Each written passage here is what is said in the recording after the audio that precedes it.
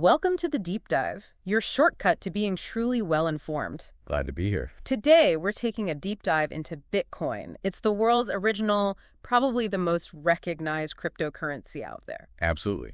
The one that started it all. Right. So our mission is to really unpack what it is, how it actually operates, its key characteristics, and its impact. We're drawing all this from the sources you've shared with us. That's good. And what's always struck me as intriguing is that origin story, created back in 2008 by this anonymous person or maybe group, Satoshi Nakamoto. And then it went live in 2009. Yeah, the anonymity adds a layer of mystique, doesn't it? It really does. Okay, let's unpack this then. How does something like Bitcoin even begin to work without a central authority, like a bank or government?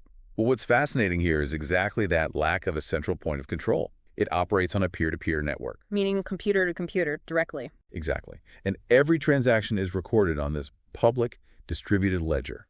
It's called a blockchain. Think of it like a giant shared spreadsheet or digital ledger that everyone on the network has a copy of. Okay, a shared ledger. How is it kept accurate and secure then?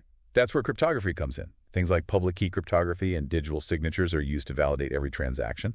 It basically proves that the person sending the Bitcoin actually owns it and prevents anyone from spending coins they don't have. And you hear about mining. What role does that play? Right. Mining is crucial. That's how new Bitcoins are actually created and how transactions get confirmed. It's a very computationally intensive process. Meaning it takes a lot of computer power. A lot. Specialized computers, miners, solve these really complex mathematical problems. When they solve one, they get to add the next batch or block of verified transactions to the blockchain. And as a reward for doing that work, for securing the network, they receive newly created Bitcoins. That's the only way new Bitcoins enter circulation. That whole decentralized validation and creation process is pretty revolutionary, isn't it? But, okay, besides how it works, what really makes Bitcoin stand out? What are its defining features? Here's where it gets really interesting. There are a few key things. First, probably the most talked about, is its limited supply. The famous 21 million cap. Precisely, a hard cap. Only 21 million Bitcoins will ever exist. It's baked right into the code. So unlike gold, where you could theoretically find more, or regular money that governments can print more of, Bitcoin has this programmed scarcity. Like digital gold, people say. Exactly. And our sources indicate about, 18.77 million are already out there. So that's roughly 83% of the total supply already mined. Wow. That scarcity is fundamental. What else? Second big one, decentralization. We touched on it, but it's key. No single entity controls Bitcoin. Not a government, not a bank, nobody. This removes the need for a trusted middleman in transactions. Which is a huge shift from traditional finance. A massive shift. And third, it's purely digital. It exists only as entries on the blockchain, stored in digital wallets. These can be software on your phone or computer, or specialized hardware devices, or even kept offline on paper for security. Okay. So if we connect this to the bigger picture then, how is Bitcoin actually being used today? What's its role in the financial world? It's evolved quite a bit. It definitely functions as a medium of exchange. You can buy things with it, goods and services. More and more vendors are accepting it. Right, I've seen major companies get involved. Yeah, like PayPal supporting transactions. And perhaps most significantly, El Salvador adopted it as actual legal tender alongside the US dollar. That was a big move. Huge. Then there's its role as an investment or a store of value. Its price history, while volatile, has seen incredible increases since the early days.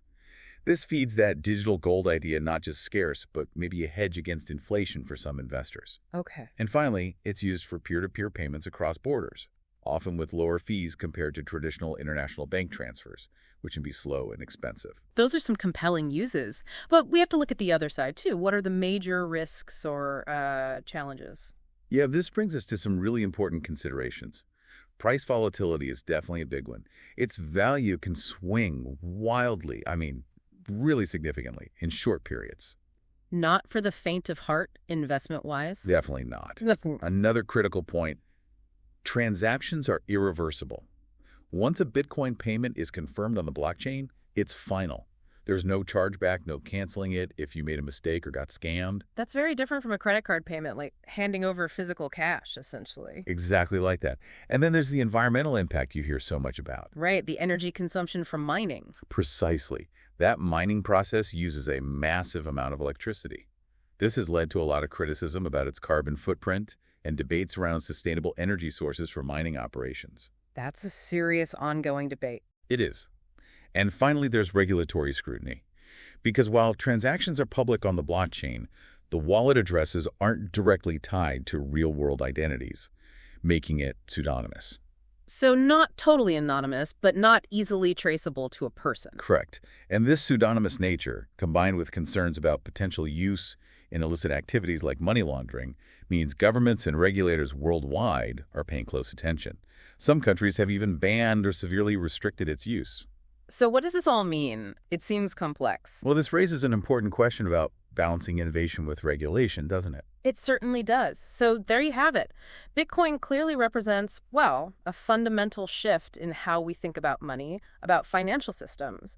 It offers this decentralized alternative, pushing technological boundaries with blockchain. A real paradigm shift in some ways. Definitely. And for you, the listener, we'll leave you with this to think about.